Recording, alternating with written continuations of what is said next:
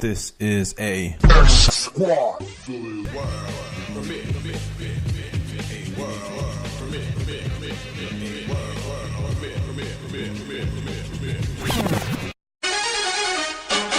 up?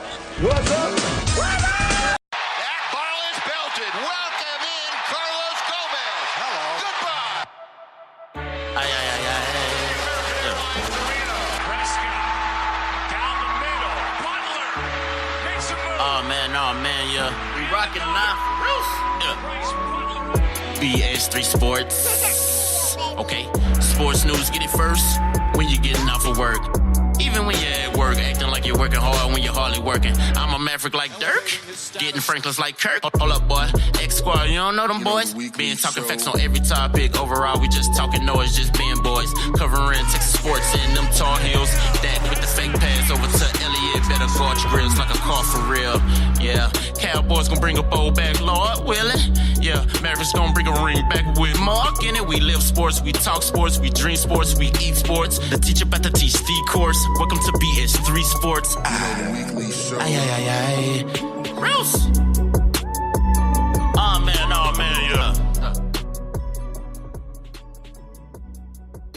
Welcome to the weekend wrap-up show.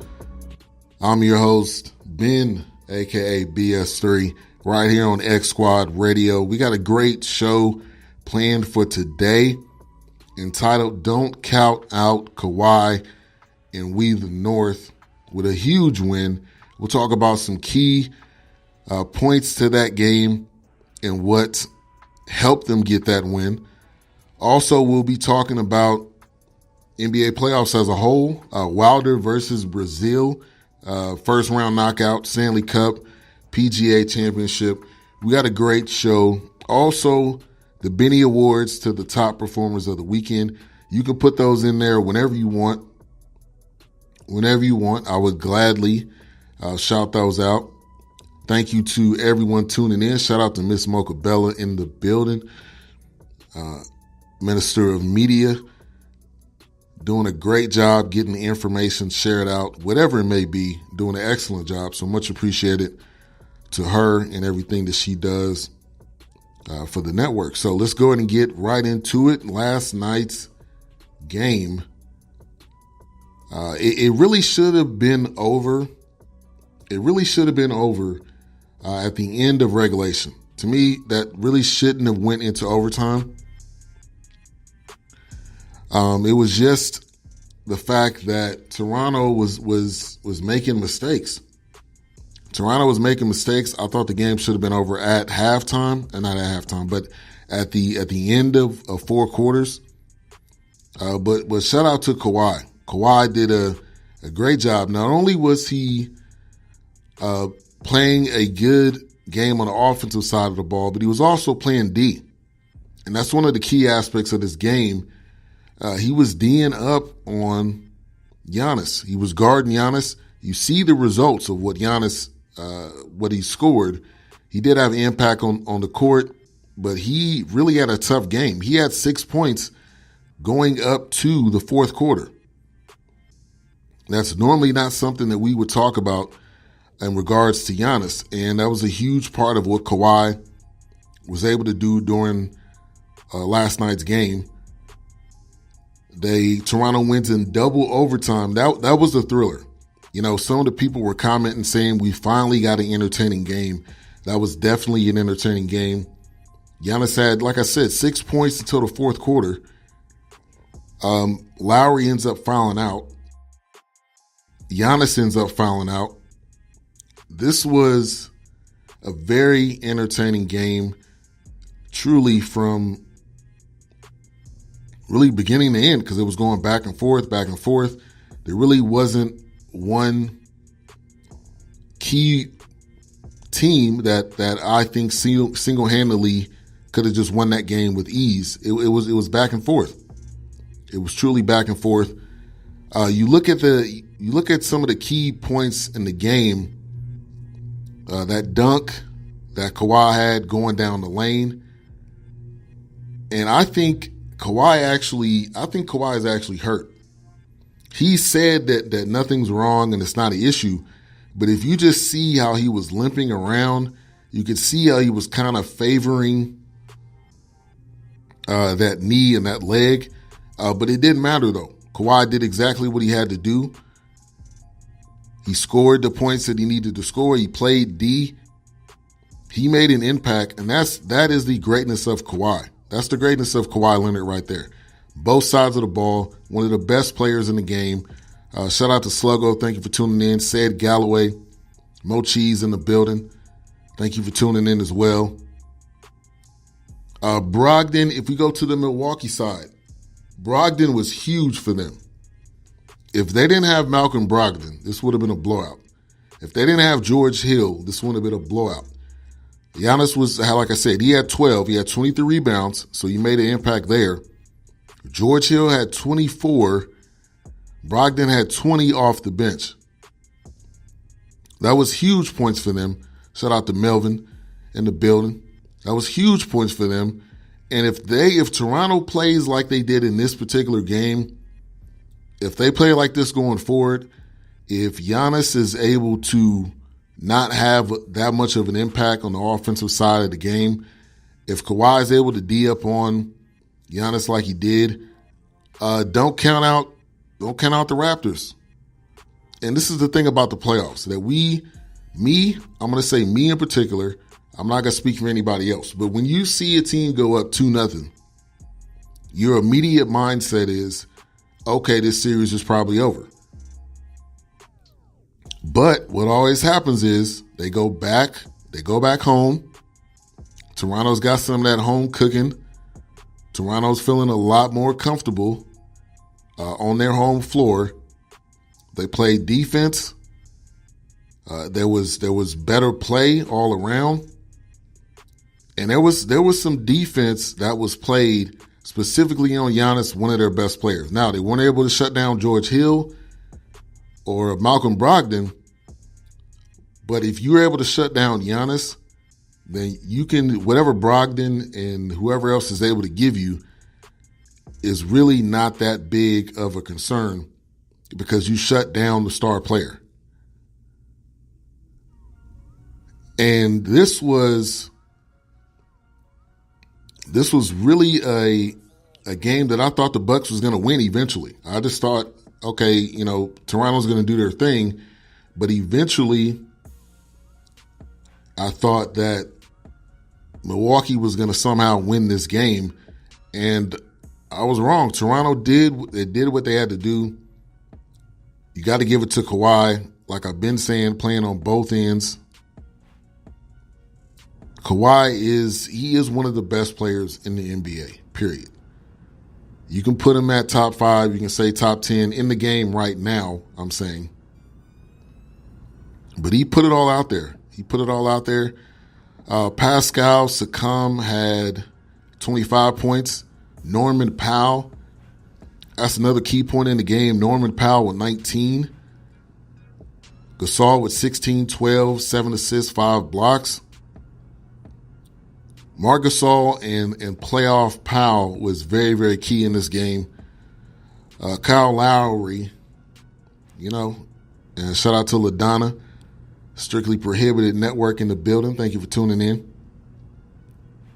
But you can't count out this team just for the fact that when you get an opportunity to play at home, unless you're Portland, you should be able to win a game. But I don't think Portland's going to win a game at all. We'll be talking about that in a minute because there was some detailed information that was released talking about Dame Lillard, and he talked about it himself. So we'll be talking about that in a minute. But no, you just can't count out Toronto. You can't. And this is not the same Toronto team.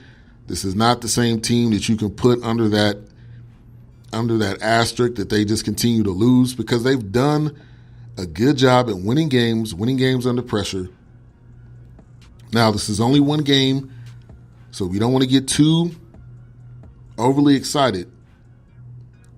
But getting one game under your belt is huge for confidence, especially in a double overtime thriller like this one. If they would have lost this game, that would have been heartbreaking. But they didn't lose it. Lowry had 11, 4 for 7 field goal, 3 for 6 from the three. Danny Green had 3. But when it all came down to it, the Milwaukee Bucks bench is what kept them in that game. Without George Hill's 24, without Malcolm Brogdon's 20, this game would have been over. It would have been a blowout. George Hill played 37 minutes. Brogdon played 37 minutes. They put in work. They had to, because Giannis was getting shut down. And that was my question that I had, that I wanted to pose to the chat room. Was this Giannis having a bad game? Or was this Kawhi and Toronto being able to D up on them and prevent them from making anything happen? Shout out to Courtney Harden in the building. Thank you for tuning in. And that's the question that I have for you guys. And I truly think it was a combination of both. And with Kawhi, the defensive prowess that he has, being able to guard Giannis, to get him distracted, to get him off balance, there was a lot of opportunities that he could have had going to the lane, easy layups, easy dunks, but he was missing it. So honestly, I think it was a good combination of both of them. A good combination of the defense and a good combination of Giannis just flat out not having a good game. Couldn't make 3 throws. That was frustrating. If I was him, I would be extremely frustrated today, because there was a lot of missed opportunities out there. They interviewed him after the game, and he said he was not upset about his performance. He wasn't upset about how it went. They do have a 2-1 lead. We got another game in Toronto on Tuesday. How do both of these teams respond? How do both of them respond is, I think, what's going to make this series even more interesting, especially when you have a double overtime loss on one side, win on the other side. Now, one thing I will have to say is that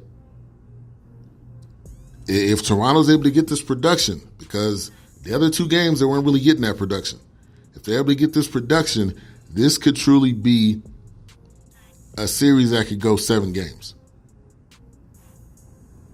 And like I stated earlier, I didn't think overtime should have even happened in the first place, because ending towards the end of that game, missed free throws, missed opportunities, Middleton ends up going to the hole for a quick layup. That game really should have been over. But you got to give it to Toronto. You got to give it to Toronto. Withstanding the storm, getting through it, and winning that game. LaDonna says, I agree with you, Ben. Courtney says, I think the Bucks let one slip away. I agree with you right there, 100%. They should be up 3-0. Now, they're still up 2-1. This series is not over with, though, yet. But if you start to give a team a spark, if you start to give them some excitement, you start to give them something to hold on to, which is what Kawhi has done. Being a member of the Toronto Raptors, he has given that city hope that they could actually go to the finals. I'm not saying it's going to happen, but I'm saying they could actually go to the finals on the back of Kawhi. But you're going to need Gasol, you're going to need Pascal Siakam, you're going to need Norman Powell, you're going to need those other guys too, because this is not a one player versus the other team NBA. That's just not how it works. You got to have other pieces to be able to help you to be successful and to win playoff games. Toronto got the win. It is now 2-1 in this series. Which team has a slight chance beating Golden State? Great point. And I think it's the Bucks. Just because of the bench play, because of Giannis alone, I'm assuming you would probably put Draymond on Giannis, and that would be a good matchup.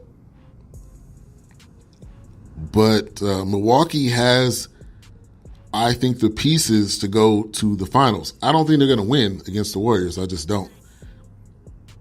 Bucks, with their depth,